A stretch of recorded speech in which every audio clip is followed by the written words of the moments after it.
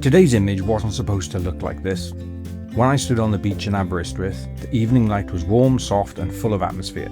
The sea had this beautiful golden glow as the sun began to drop towards the horizon. But when I opened the file on the computer, it looked like this. Cold, blue, lifeless. Now some of that is down to the camera, some of it is down to the ND filter I used for the long exposure. But either way, the photograph completely lost the feeling of what I experienced standing there. So in today's video, I'm going to show you how I take this rather sterile file and transform it into something much closer to the image I remember. If you'd like to follow along with the edit, I've made the DNG file available as a free download on my website. You'll find a link in the description.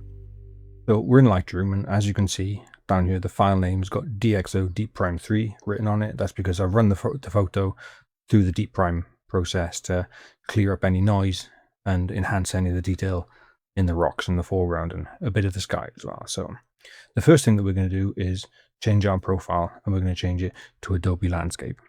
Now I'm starting with Adobe Landscape because it does give me a bit more color separation and contrast straight off the bat. And the next thing that we want to do then is jump down to our white balance here. Now I'm going to tackle that color cast that's been introduced with the long exposure by, I'm going to be warming the image and adding a touch of magenta. So we're going to warm this image right up here now. I'm going to go quite high. As drastic as it looks, it will look much better when I've done through the other processes. And we'll add a bit of that magenta there as well.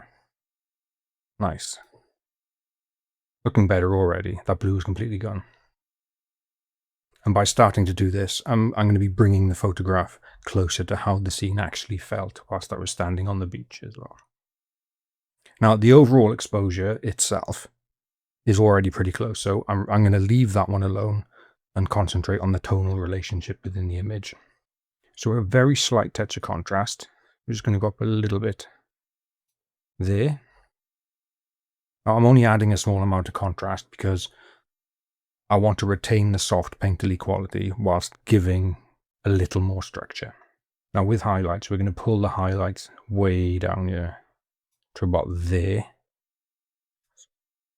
Yeah, about there is quite nice. About 60, minus 60, sorry. So this is going to help us recover details in the brightest parts of the water and the sky, but keeping those brighter areas feeling very natural and controlled as well. Now we're going to boost the shadows and open them up a little bit to subtly reveal some of the detail throughout the scene, but without losing the entire mood. So we're going to increase that up here to about there, maybe a bit more. Nice. And with the whites, we're going to boost them up a little bit as well. Like so. Now doing that does add a touch of the brightness back into the image, so the light does feel a lot more alive in the scene, and it doesn't become too flat from some of the earlier adjustments that we've made. And with the blacks, we're going to drop them down the opposite side, like so, about there, nice.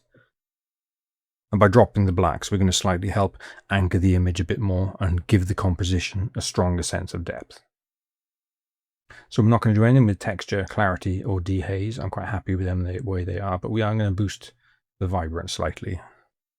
Now the vibrance boost does let me gently enrich more of these muted colors without pushing some of the saturated tones too far. Even though I'm adding vibrance, I am reducing the saturation overall slightly. It's going to help keep the image feel refined rather than overly colorful as well. Maybe a bit too much there. So how's that looking?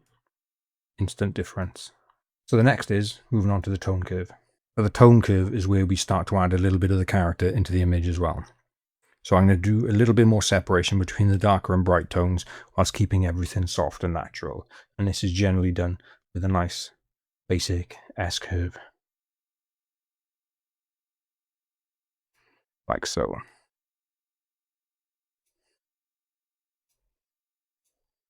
Nice. So happy with that. We're not going to be doing anything with the color mixer at all, but we are going to be going into the color grading. We're going to do a classic set of color grading here as well. So in the shadows, I'm going to be introducing a subtle cool tone into the shadows, a blue. Even though I'm removing the overall blue cast, I still want the sea and the deeper tones to retain some of this sense of the atmosphere from the coast as well. And the blues will be doing that in the shadows. Nothing crazy, Just a bit like that there. And for the highlights, we want to put a touch of warmth in to reinforce the feeling of the sunlight reflecting across that water as well. So we're going to do the opposite of our shadows, and we're going to go this way and put that up to about there. That's quite nice. Don't worry about the sky too much because we'll be coming on to processing that as well. Now for the midtones, I'm keeping the midtones relatively balanced so the transition between the warm and cool area feels completely natural.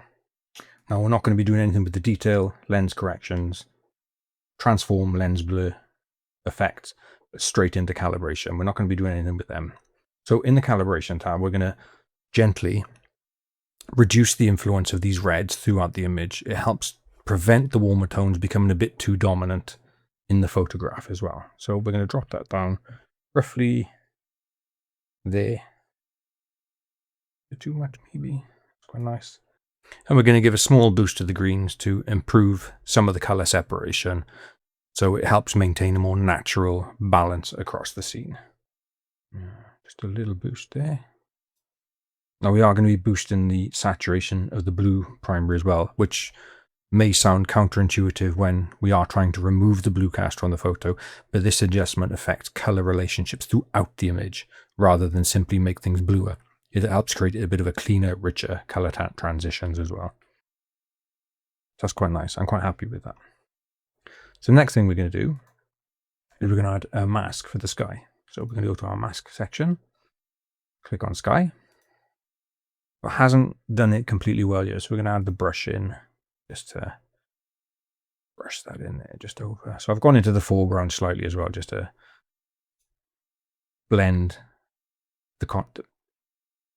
So I've gone into the foreground slightly as well to match what the original mask has been doing over there. So there's a bit more balance going on. So with the sky, we're going to drop the exposure slightly to really bring home what was being seen on the evening. That's about right there. That's quite nice. Boost the contrast slightly. Nice. Drop the highlights because we've got a bit too much going on with that clip in there. That's quite nice. There. Shadows, maybe just a smidgen because of those clouds up there. Yeah, we'll boost them slightly. Now we'll drop the whites a little bit as well here now because you've got a little bit of clipping coming in there. I don't mind the black being clipped down here because I want to draw the eye in with this natural line. So with the sky, we want no clipping going on.